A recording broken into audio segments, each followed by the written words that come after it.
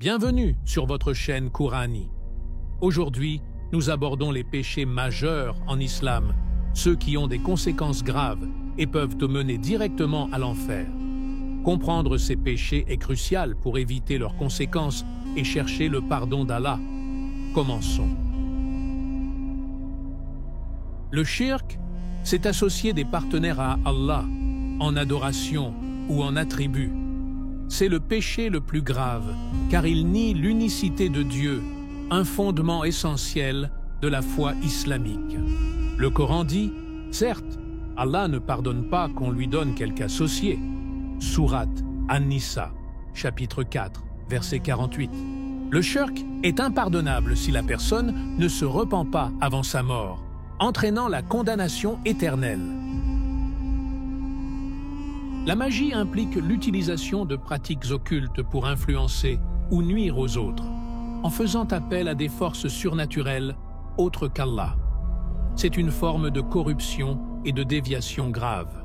Allah dit, « Ils apprennent ce qui leur nuit et ne leur est pas profitable. » Sourate Al-Baqarah, chapitre 2, verset 102. La magie est sévèrement punie en islam, car elle détourne les croyants de la foi et provoque des dégâts sociaux. Le meurtre, c'est tuer une personne innocente sans justification légale. La vie humaine est sacrée, et prendre une vie injustement est une violation grave des commandements divins.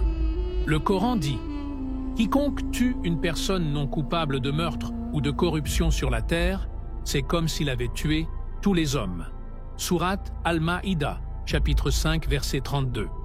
Le meurtre est puni par des sanctions sévères et peut entraîner l'exclusion éternelle du paradis. Prendre les biens des orphelins de manière injuste et frauduleuse est une trahison de la confiance et une exploitation des plus vulnérables, ce qui est sévèrement condamné. Le Coran dit « Ceux qui mangent les biens des orphelins injustement ne font qu'avaler du feu. » Sourate An-Nisa, chapitre 4, verset 10. Ce péché est puni par le feu de l'enfer, une métaphore de la gravité de cette injustice. Le mensonge consiste à dire des choses fausses avec l'intention de tromper. Cela détruit la confiance entre les individus et est considéré comme une corruption morale. Le Coran avertit « Malheur, ce jour-là, aux négateurs » Sourate Al-Mutafifin, chapitre 83, verset 10. Le mensonge entraîne la perte de confiance et est puni par des malheurs le jour du jugement. La fornication et l'adultère désignent les relations sexuelles en dehors du mariage, violant ainsi les normes morales et sociales établies par l'islam. Allah dit « Et n'approchez point la fornication.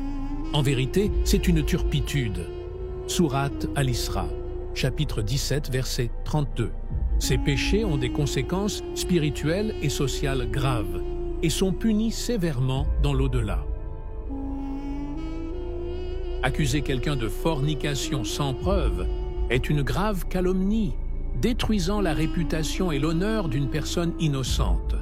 Le Coran prescrit « Ceux qui lancent des accusations contre des femmes chastes, fouettez-les de 80 coups de fouet. » Sourate An-Nur, chapitre 24, verset 4. Les fausses accusations sont sévèrement punies et entachent la crédibilité de l'accusateur. L'usure consiste à prêter de l'argent à des taux d'intérêt excessifs, exploitant les besoins financiers des autres et créant des inégalités économiques. Le Coran dit « Ceux qui pratiquent l'usure ne se dresseront que comme se dresse celui que le toucher de Satan a bouleversé. » Sourate Al-Baqarah, chapitre 2, verset 275. L'usure entraîne la colère d'Allah et des bouleversements pour les emprunteurs et est punie sévèrement. Le vol consiste à prendre les biens d'autrui sans permission, violant la propriété et la sécurité des autres. Allah dit, quant au voleur et à la voleuse, à tous deux couper leurs mains. Sourate Al-Maïda, chapitre 5, verset 38. Le vol est sévèrement puni en islam, symbolisant l'importance de respecter les droits de propriété. Nous avons exploré les péchés majeurs en islam. Rappelez-vous, même les péchés les plus graves peuvent être pardonnés si nous nous repentons sincèrement. Allah dit « Ne désespérez pas de la miséricorde d'Allah. En vérité, Allah pardonne tous les péchés. » Sourate Az-Zumar, chapitre 39, verset 53. Suivez notre chaîne Courani pour plus de vidéos sur la foi islamique. Merci d'avoir regardé et à bientôt.